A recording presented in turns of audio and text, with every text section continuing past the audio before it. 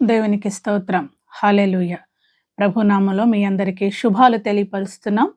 ఈరోజు డిసెంబర్ 5వ తారీఖు నేలల దినోత్సవం, వరల్డ్ సాయిల్స్ డే.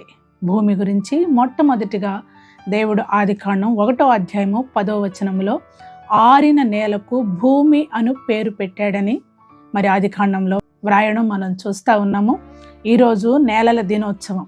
భూమి అడవులు నరికివేయటం వలన వేడెక్కుతుంది, కరెంటు వాడకం వలన భూమి ఎక్కువగా వేడెక్కుతుంది, వాహనాలు, ఫ్యాక్టరీలు, ఇంధన వాడకం వలన భూమి రోజు రోజుకి వేడెక్కి మరి ఆ వేడెక్కటం వలన మరి భూగర్భంలో ఉన్నటువంటి నీళ్లు కూడా అడుగంటిపోతూ ఉన్నాయి. రానున్న దినాలలో నీటి ఎద్దడి కూడా ఎక్కువగా కావచ్చు. కాబట్టి భూమిని మనం కాపాడుకుందాం. చెట్లు, అడవులను నరికివేయవద్దు, చెట్లను పెంచుకుందాం.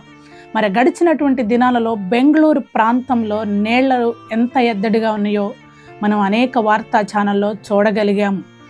ఈ నేలల దినోత్సవం సందర్భంగా మత్తయి సువార్త 13వ అధ్యాయంలో ఉన్నటువంటి వృత్తాంతాన్ని మనం చూద్దాం. ఒక వ్యవసాయకుడు కొన్ని విత్తనాలు తీసుకొని విత్తనాలు చల్లినప్పుడు అవి మొదట రాతి నేలలో పడ్డాయి, తర్వాత మరికొన్ని ముండ్ల పొదలో పడ్డాయి, మరికొన్ని మంచి నేలలో పడినవి. రాతి నేలలో పడినవి మన్ను లోతుగా లేనందువలన సూర్యుడు విధించగానే అవి మాడిపోయినవి. ముండ్ల పొదలో పడిన కొన్ని విత్తనాలు ముండ్ల పొదలో బహుబలంగా ఎదగటం వలన ఆ నేలలో పడిన విత్తనాలను అణిచివేసినవి. కానీ మంచి నేలలో పడిన విత్తనాలు 30దంతలుగా, 60దంతలుగా, 100అంతలుగా ఫలించినవి.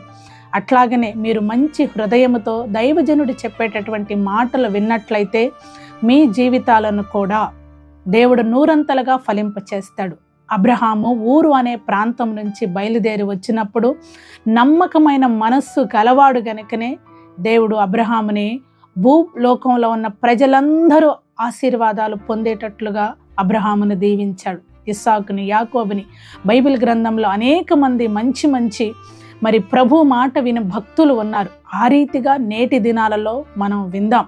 అసూయ పరులు మీ హృదయాలలో గురుగులు నాటకుండగా మీరు జాగ్రత్త పడండి. హల్లెలూయా.